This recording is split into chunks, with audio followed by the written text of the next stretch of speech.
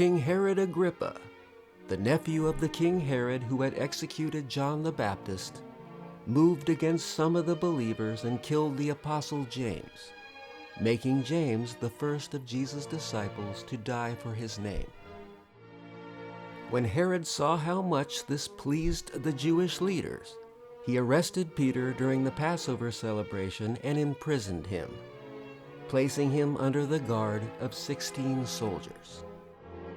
Herod's intention was to deliver Peter to the Jews for execution after the Passover, but earnest prayers were going up to God from the church for his safety all the time he was in prison.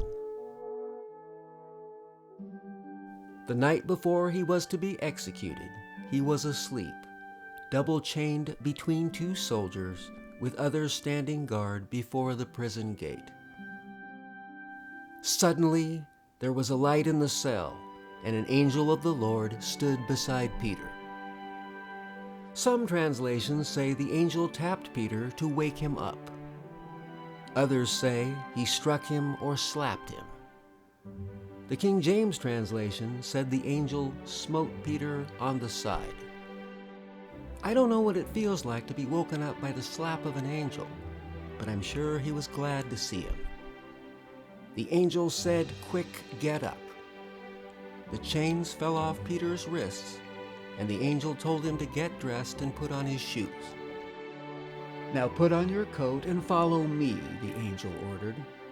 So Peter left the cell, following the angel.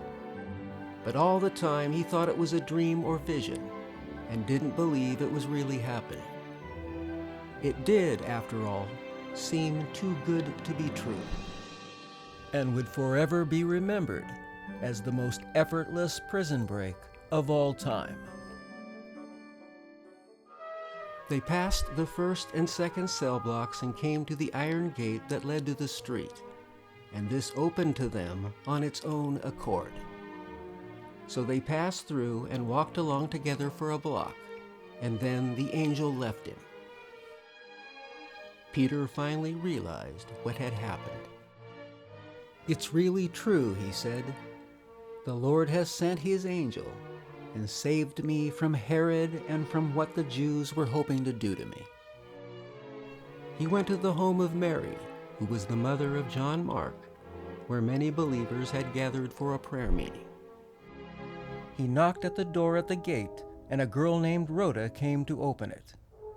When she recognized Peter's voice, she was so overjoyed that she ran back inside to tell everyone that Peter was outside in the street. They didn't believe her. "You're out of your mind," they said. The people who were praying for Peter's release refused to believe Peter's release. When she insisted, they decided it must be his angel. They must have killed him. Meanwhile, Peter continued knocking. When they finally went out and opened the door, their surprise knew no bounds. He motioned for them to quiet down and told them what had happened and how the Lord had brought him out of jail. At dawn, as you might expect, the jail was in great commotion. What had happened to Peter? It didn't end well for the guards. They were arrested, court-martialed, and sentenced to death. This is where Peter's story ends in the book of Acts. He wrote 2 letters which became books in the New Testament. The first written somewhere between AD 62 and 64 to believers who had been driven out of Jerusalem, and the second to the church at large about 3 years later. The Bible doesn't say where or when Peter died. Tradition says he was executed in Rome during the time of Emperor Nero. Shortly before his ascension, Jesus had told Peter, "When you were young, you were able to do as you liked and go wherever you wanted to go.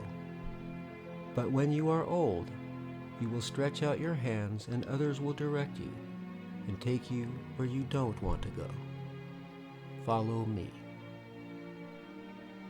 This was Jesus' way of letting Peter know that he would one day die in his name. Tradition says Peter requested to be crucified upside down because he felt unworthy to be executed in the same manner as his Lord. In Sunday school, we were given the one-dimensional Peter, brave, colorful, the most famous, most loved, and most written about of all the disciples. And they weren't lying. Peter really was all these things. But we later learned there was the human side to him too. Impulsive, misguided, even cowardly. And despite his flaws, he became the first great leader of the early church that Jesus knew he would be. Finally, be ye all like-minded, compassionate, loving as brethren, tender-hearted, humble-minded, not rendering evil for evil, or reviling for reviling, but contrawise, blessing. For hereunto were ye called, that ye should inherit a blessing.